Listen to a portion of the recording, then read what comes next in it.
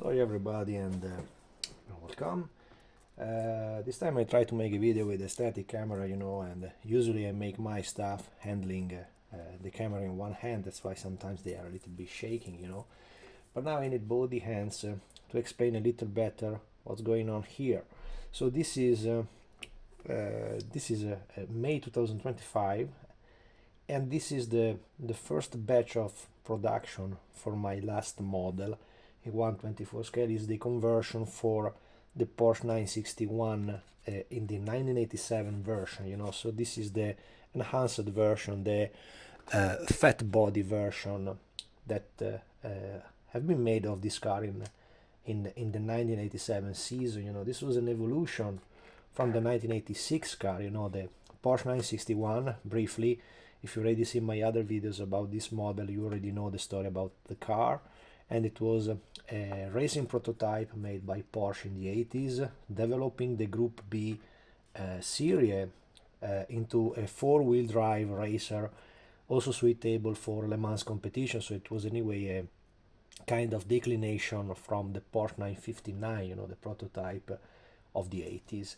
And this 961 was the last evolution in the trial, where they understand that in 1986 the category of the B group racers, mostly used for rally competition, which Lancia absolutely dominated with the Delta S4, and anyway, because of the crashes and because of the loss of all the pilots, many pilots in that category, it was anyway won by Peugeot at the time. But this was the idea developed by Porsche to make the Group S racers. That was a kind of platform able to race in basically all the categories.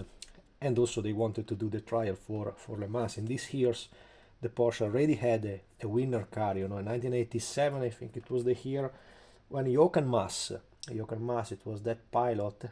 That's why I said in the beginning, May 2025. Jochen Mass just passed away. And Jochen Mass was a very, very good Bavarian pilot, German Bavarian, and he just passed away after he made an incredible great career on the prototype racers, and in this year in 1987 it was the I think it was the winning car,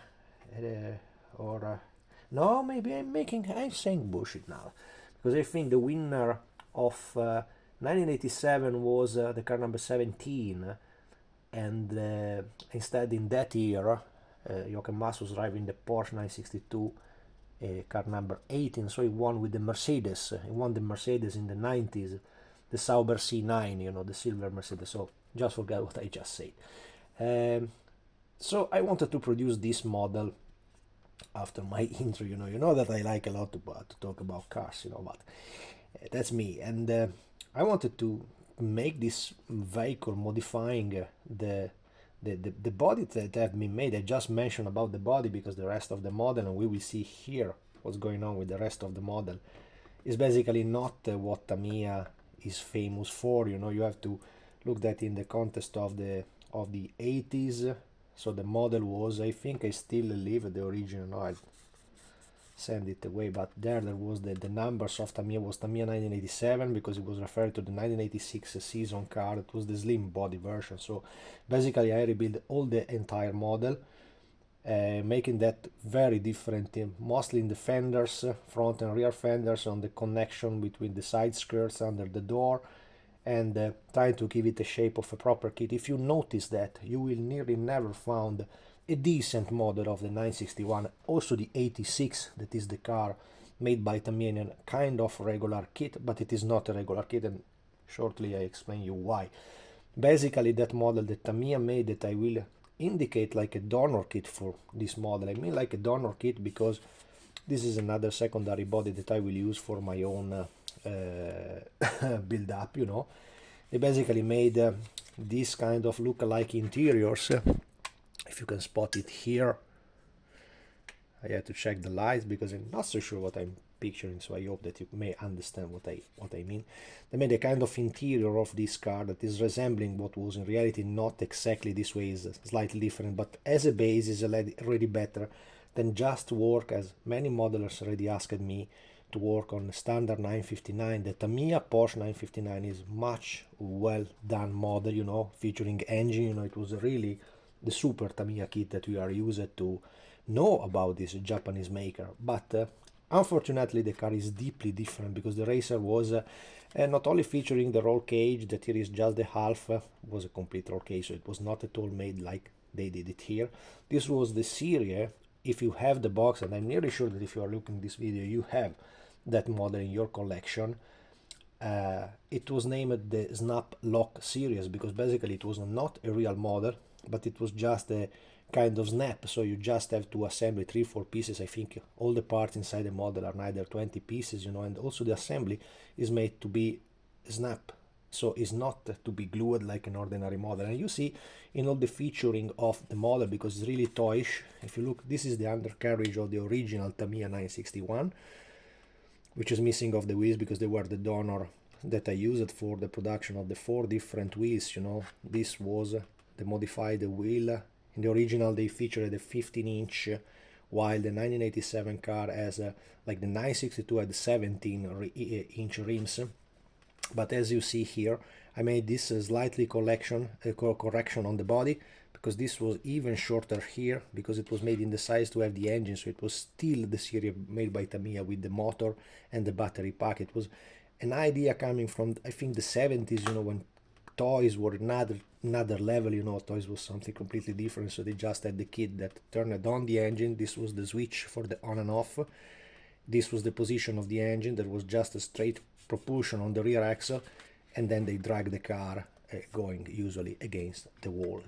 And because they were made to be crashed so very often, the result was that the plastic involved in the body of the 961 is neither an ordinary plastic. If you look carefully at that, it's something like a little softer, like a little smoother. It's not the ordinary plastic from Tamiya, because it's a kind of ABS made to resist very, very strongly to the heat, you know, so it's horrific to work with that model. So my idea was to use that like a donor, and that's why I had this idea about the separation of the windshields, you know. And I show you why. When I produced this model, of course I wanted to do a conventional model, so I mean typical of my conversion, and mostly because I like to maintain the prices of what I do in a realistic area, you know. Always remember that despite I made several of these kits, I am an artisanal producer, so I'm not a company, I'm not a Tamiya, I'm not an Alpha model, I'm just somebody that likes something for himself and make a short series of my production. So basically 3 or 4 cars, I constantly keep it for myself. There is some subject, like for example the R6 that I made, the Porsche R6, the Rebuckle car, or the Sunoco car, that have been completely sold out. So very often a lot of modelers around ask me if I have parts for sale, so I made a short production of this, and already this first batch that was originally my first production of idea is completely sold out. So I already contacted a group of guys that I was expecting to be in the area of 10, and they became much more, that wanted this model. So I just saved that one. In the original idea it was to make a little series of this, like, you know, and I will use for myself this cast that was not suitable for the sale because it had a huge hole in the roof, you know. This is always something that I gave to a professionist to be casted, and the point is that if you look at my kit, they are constantly very, very light. I like to work, I want to show you here maybe if it works. There it is, the transparency of my bodies, you know, because I like when they are so extremely light. I don't like when they are so thick parts, like all the major producer. And why that happens, because they usually change the layout of the inner part to give much more material to the rest of the body, and to be sure not to have a wrinkling problem in the model. But the result it is that when you have a breakage, or when you have anyway a wrinkler or a mistake, or you want to correct something, is extremely hard to modify. Instead, this type of resin, being so thin, is so simple, you know. Look, very elastic. It's kind of slot car. I have to make this model over the weighter I have in the kitchen to see how many grams does it weigh, but they are perfect also for slot racing. That's why several slot racers buy this to have at least a body to be used with the slot racing, and already the snap lock body was in a dimension to be nearly a slotter, so this also can be used for that. So the idea was to take it away, the transparent, because if you have in your collection, maybe now is the time to take a pause on this video, pause me here, and go and take the model of the 961, and let's see what I mean. But when I mean the parts are a little bit nasty to work with, is because basically you have to destroy all the upper part of the Tamiya 961 to try to take it away the transparent. You know, this I did like a kind of experiment because I wanted to see if it works or not.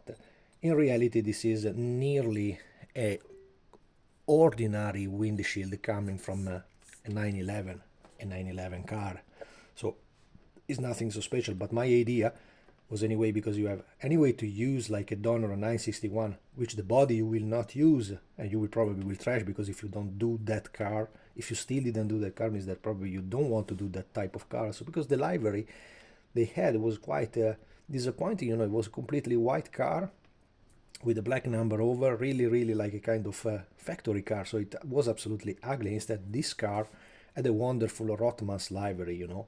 So when you can completely cut the upper part of that plastic and carefully take it away, the transparent that are basically glued, they were glued, I think, from inside with a kind of thermical glue from inside, so they are really sealed inside the body.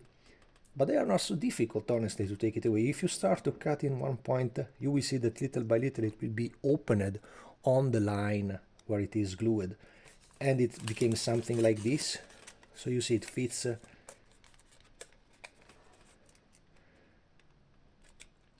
you see, it fits basically perfect on the body because it is the same body shell. You see, I hope that you can see what I'm doing here. The tricky part is just that if you want to go and simply do not use that model and simply use another windshield from a 911, which I still didn't test, always remember that even if all the companies are making the same model of the 911, nearly all make a slightly different transparent part. For example, the Revel part is one of the best. Tamiya is the best at all, but Tamiya conventional, so not this type of Tamiyas. If you take a Fujimi model, for example, they are slightly smaller, so because all the A pillars are in a slightly different angle. Don't ask me why, because basically in the real car it should be always the same. It was slightly different for this 961 because it just resembled the line of the 951 being a complete prototype car, so it was completely not a 911 at all related, you know.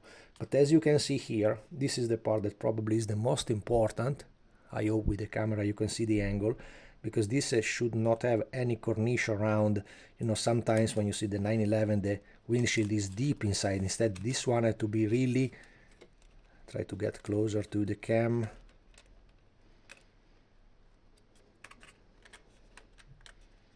Here it is. Have to be completely close inside the frame. So it was end level. If you just see the picture, you understand immediately what I mean. The same situation you will have for the side windows, you know, here.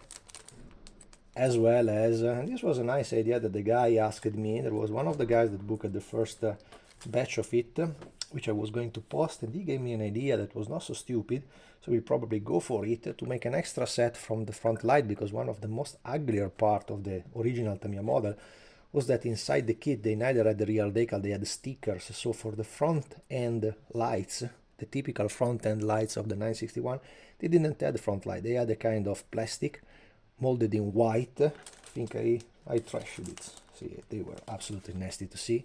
So I recreated the nacelle of the lights and the bulb inside. You know, it was just an ordinary lamp, is nothing so impossible. But my idea would be anyway to produce a little more of this one, to cast a little more of this light that gave a much more realistic idea with the front light inside, you know, as well as when I wanted to do this cast, I had the opportunity to save this mold, because this is an extra mold when you do this type of work. But my idea was anyway to keep them separated from this, to make it much more easier to be painted, and to give you the possibility to find the proper lens. I think that if you work just with an ordinary lens of a 911, creating a corniche as I did here, hold on a little,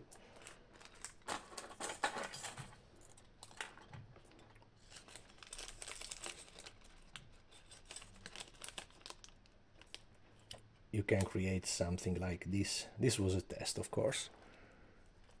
So it's basically transparent light with a white corniche to be placed inside there. This was a test that I made in the first edition that I made of this model that have been destroyed, but this is anyway an idea, you know. I think it was coming from, let me guess, or old Revels, something like that, a front light coming from them, but you can make your test, and you anyway have the room to do test on this side.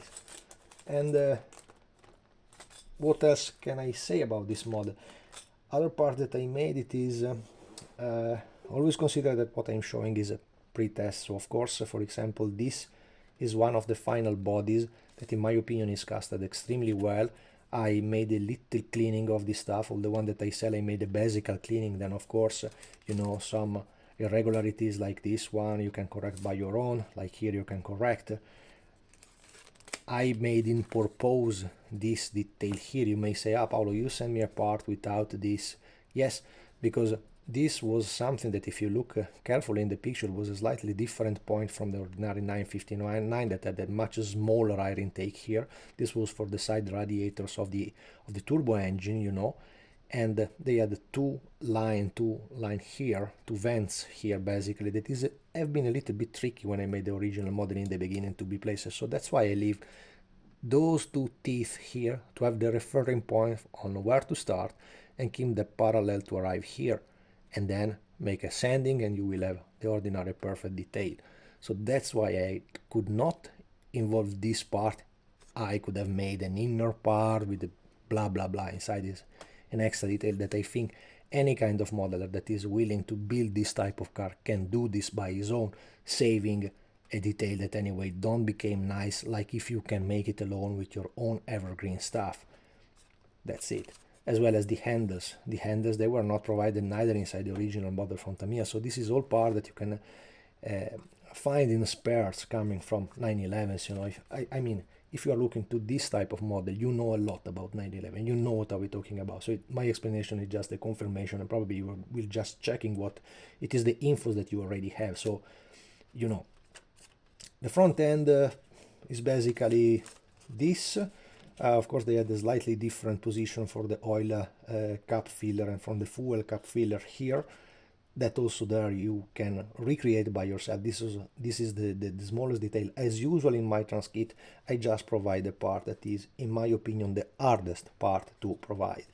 The rear wing have been separated for casting issues, you know, and also because the real car had different details under here, because they were regulating. There is some picture, as well as all the guys that buy my model, they know that I provide information and picture and all the kind of pics that I found online about the real car to be used like a kind of instruction, like this video is a kind of instruction of the assembly of this model.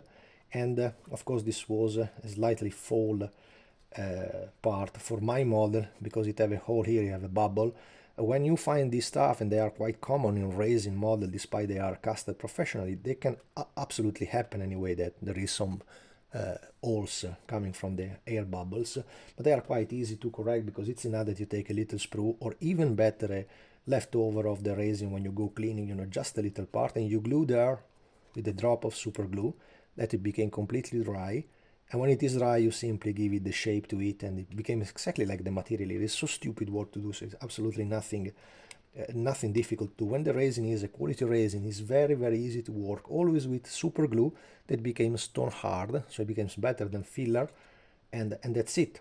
And this was the reason why I didn't want to sell this part together with the kits, because this, for example, this corner, this might be a little bit trickier to be corrected. As you can see, here there is a lack in the details.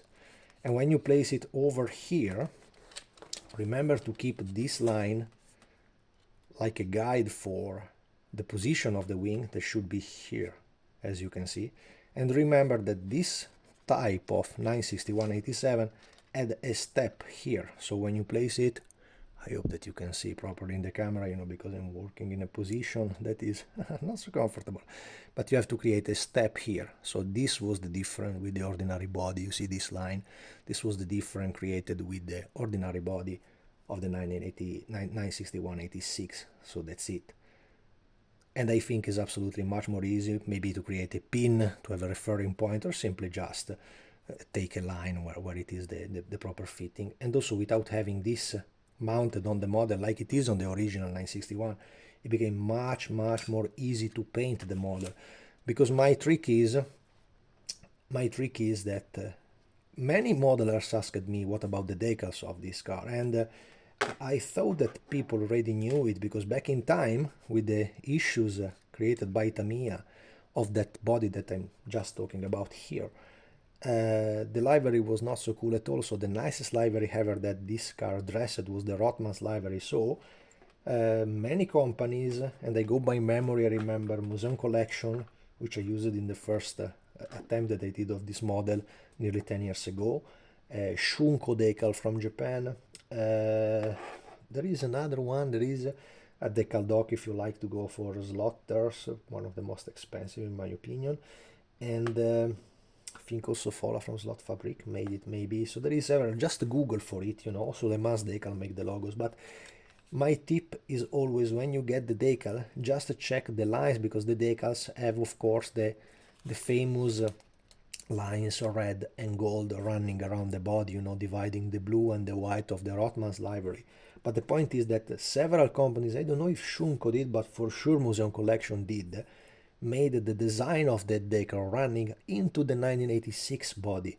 So today, with the experience I made it before over this model, my idea is to go for a painting of that livery. I know that is not so easy, because the red line, it's very bright colors over white, so it's really a little bit complicated, but it's the same if you go for painting a 962 Rothmans livery in 112. The decal is cool, but if the decal is not ultra precise and ultra well done, and all these decals that I mentioned are not so precise, try to go for a painting of the stuff. You start from a white, then you go for gold, then you go for red, and then you go for the blue. This is the point, you know. And I think that if you use the Tamiya masking tape, Tamiya made an exceptional masking tape that is extremely elastic, that you can glue and move and make curvatures. Is not so difficult to maintain the line. That's why also not having the wing mounted in position will make it extremely simple to make the red line arriving nearly over here, with the golden line going over the rear wing. So I don't think will be such complicated work. This was my idea, to make it as simple as I can, you know. As well as for these parts, these are the two NACAs placed over, I think, the radiators of the turbo here, or in a position like that, you know. Plus, this was the inner side of the air intake to be placed inside under there. Also, this is stuff that is extremely easier to make it in position without having a rear wing, you know. So that's why I did it this way.